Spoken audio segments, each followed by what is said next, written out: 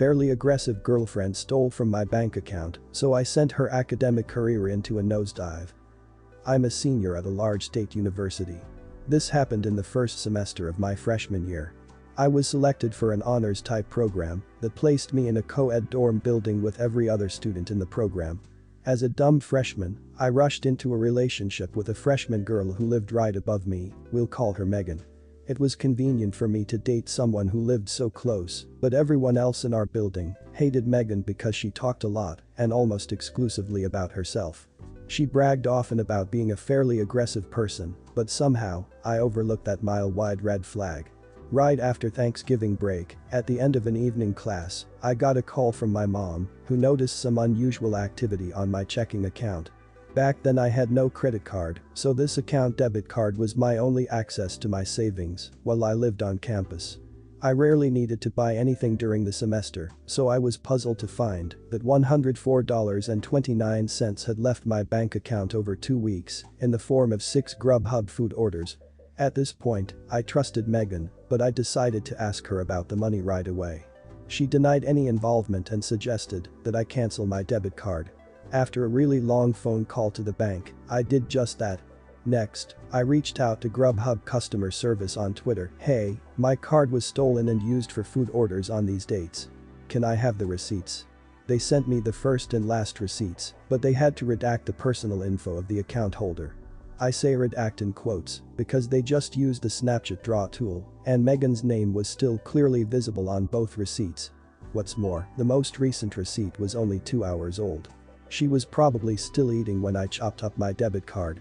It's worth noting that she and I both had unlimited dining plans, paid for by our respective parents, and we lived 500 feet from the nearest dining hall. She didn't need to order food, and she definitely didn't need my money to do it. So, I texted her again, I have the receipts from Grubhub. Are you sure you didn't make those orders? Her reply, F you for suspecting me. Fairly aggressive, wouldn't you say? I hatched a plan to collect security camera footage of her picking up the order from that evening. However, by midnight, Megan arrived at my door in tears and confessed to everything, plus she admitted to being a serial shoplifter. Exhausted, I sent her away and decided to deal with everything in the morning. By the next day, everyone in our building seemed to know what was going down, probably because Megan had already begun broadcasting her version of the story. I sent Megan a breakup text and decided that the $104.29 was a loss. At least I escaped unscathed, right? Well, less than 2 days later, she entered my room when I wasn't looking. I was sitting at my desk when I noticed her standing silently behind me. Megan, give me my stuff. Where's my stuff? Me, what stuff? Megan, you know. I did not know. She tore through the room, looking for something that she refused to identify. Just as quick as she came, she was gone, and I locked the door because obviously this wasn't over yet. Within a minute, she was back. She stood outside my door, knocking and demanding I let her back inside. The knocking quickly got more violent. She started shouting I know you're effing in there and opened the motherfucking door. Mind that we lived in this building with students in our program who all know each other, and all of them could hear her. Pretty quickly, Megan was rattling the handle of my door. Next, she began throwing herself at it, shoulder first, trying to break it down. I lived next door to my RA, but judging by the lack of any intervention, he was elsewhere. So, I whipped out my phone and texted him to send backup. Meanwhile, I saw my heavy wooden door bending and buckling. I even heard it crack a bit. My RA was on duty in another building, so he sent 3 of his colleagues to de-escalate the situation. They brought Megan downstairs, where she revealed that the stuff she wanted was just the t-shirt and keychain that she gave me for my birthday. Whatever, I let her have those. I still just wanted this to be over. However, once I shared my story with the resident life staff, they filed university paperwork to place a no-contact order between me and Megan. They also recommended I contact the campus police, who then told me I should get my stolen money back in small claims court. I couldn't even get there without a car or money to pay for an Uber. Sorry, Judge Judy. At the request of the campus police, I also contacted the Title X office at my school, sending them the story of everything you've read so far. They were interested, to say the least, although I didn't want any trouble. I just wanted a clean breakup and a fresh start, but a Title X representative informed me that they were bringing 3 misconduct charges against Megan: theft, threatening violent behavior, and inciting an intervention by university staff. The representative asked me to serve as a witness in Megan's disciplinary hearing the next semester. I tentatively agreed, right before the representative set the hearing date for February 14th. Valentine's Day. I thought it was a joke, but they really did that. When the day of the hearing finally arrived, the no-contact order was still in effect, but a few of my friends had kept tabs on Megan. For starters, she failed all of her classes in the fall. Someone in my math course confessed that Megan had tried to sleep with him while she was dating me, and he had to repeatedly tell her no. Even worse, Megan kept telling a twisted version of the whole story to try and turn my friends against me. So, when I found out that she had found a new boyfriend, it felt good to know that the V-Day disciplinary hearing ruined whatever evening plans they might have made. I arrived alone at the disciplinary board office, unsure what to expect. The board consisted of grad students, and the hearing was expected to run into the night. Unlike me, Megan did not come alone. She brought both of her parents as character witnesses. That wasn't even a thing here. This wasn't a real courtroom, as you'll soon see. And that's not all. Megan's parents also paid a lawyer to defend her against the charges. The board knew that was unnecessary, but Megan's parents believed so strongly in their daughter's innocence that they had already paid this 3-piece suit make her case. In the name of fairness, the board members offered me pro bono legal representation, a junior economics major, who we'll call Jimmy. Jimmy had already read my account of the events from the fall, and thanks to my screenshots of Grubhub receipts, he said there was an okay shot of the charges sticking.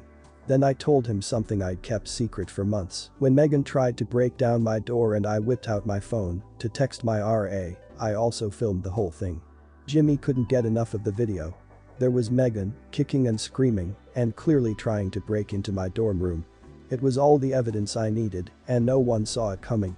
In the hearing, when the time came for me to make the case against Megan, Jimmy played the video on a big screen in front of everyone. The room went insane. In that instant, I realized that Megan really had convinced everyone I was the liar.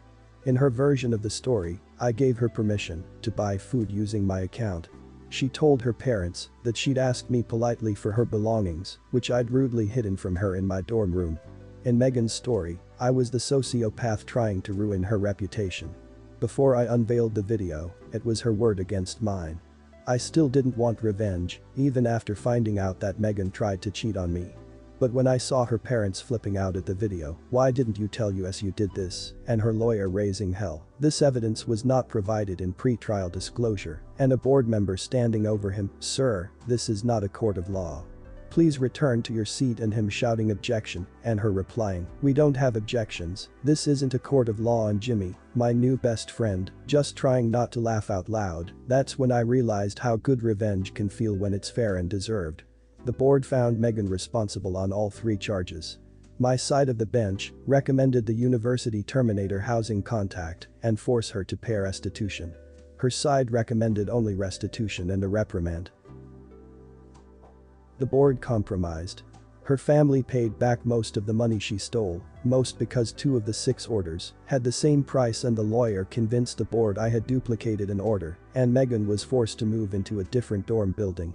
This probably would have helped her anyway, because every student in our program's building knew everything she'd done and lied about. They wouldn't speak to her, and no one wanted to be her roommate. By the time she had to move buildings, she'd already failed all of her courses again. Having paid for her tuition, her unused dining plan, her lawyer, and her restitution, Megan's parents finally pulled her out of school. Where are they now? Last I heard, Megan returned as a part-time student, but I never saw her again because the no-contact order still stands. I'm now Facebook friends with the guy Megan tried to seduce. Oh, and Jimmy and I connected on LinkedIn. As for me, well, I no longer date fairly aggressive people. How I ended up with my boss's job.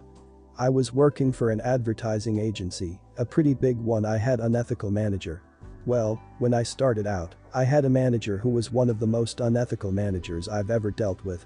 He'd order his sales reps to do things that would increase his bonuses, which are based on margins.